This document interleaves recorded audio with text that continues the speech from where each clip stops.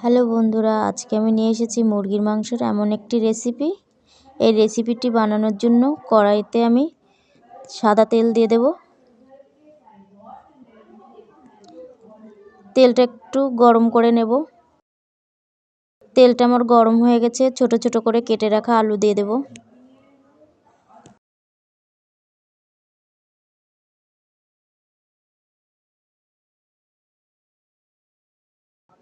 আলুটার মধ্যে লবণ হলুদ দিয়ে আলুটা আমি ভালো করে ভেজে নেব।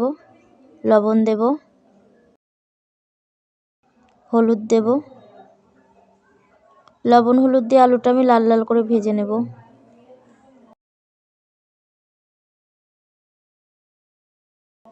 আলুটা আমার ভাজা হয়ে গেছে, নামিয়ে দেব। আলুটা ঠিক এরকম লাল লাল করে আমি ভেজে নিয়েছি।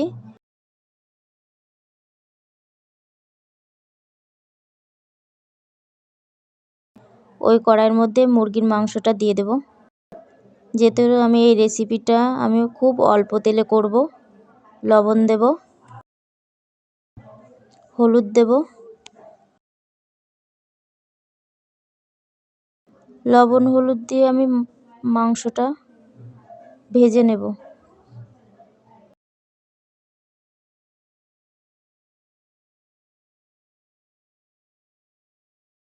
কারা পা খাও আমাকে কমেন্ট করে জানাবে।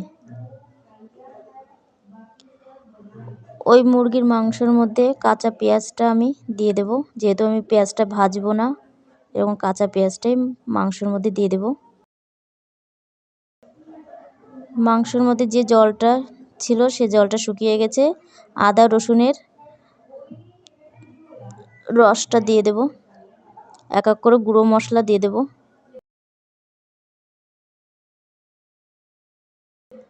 শুকনো লঙ্কার গুঁড়ো,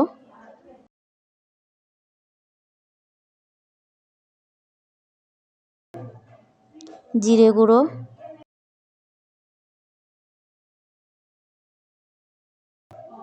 ধনে গুঁড়ো দেব।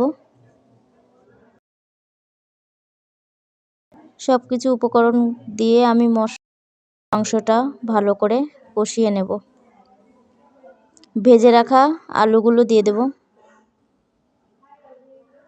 ভেজে রাখা আলুগুলো দিয়ে আরও কিছুক্ষণ আমি মাংসটা কষিয়ে নেব। যেহেতু এই মাংসটা খুব অল্প মশলায় আমার রান্না হবে।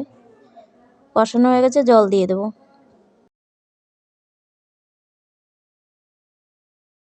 জল দিয়ে আমি কিছুক্ষণ ঢেকে দেব। ঢেকে দিয়ে আমি জাল করে নেব। ঢাকনাটা আমি খুলে দেব। দেখব আলুটা গলেছে নাকি। আলুটা এখনও একটু শক্ত আছে, আরও কিছুক্ষণ জাল করে নেব।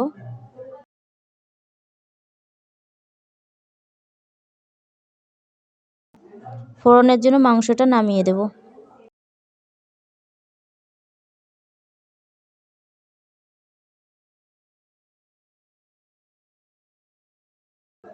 ওই কড়াইয়ের মধ্যে কিছুটা তেল দিয়ে দেব।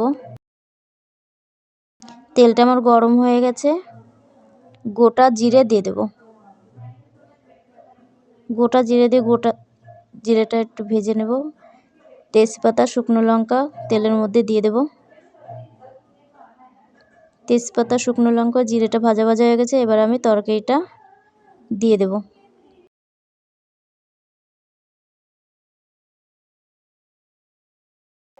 তরকারিটা দিয়ে আমি আরও কিছুক্ষণ জাল করে নেব।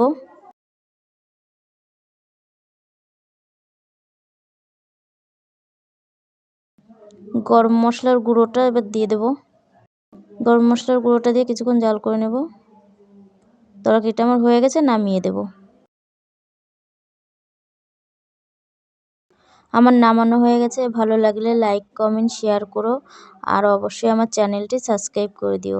তোমাদের চ্যানেলটি যদি সাবস্ক্রাইব করতে হয় আমাকে কমেন্ট করো, আমি তোমাদের চ্যানেলটি সাবস্ক্রাইব করে দেবো।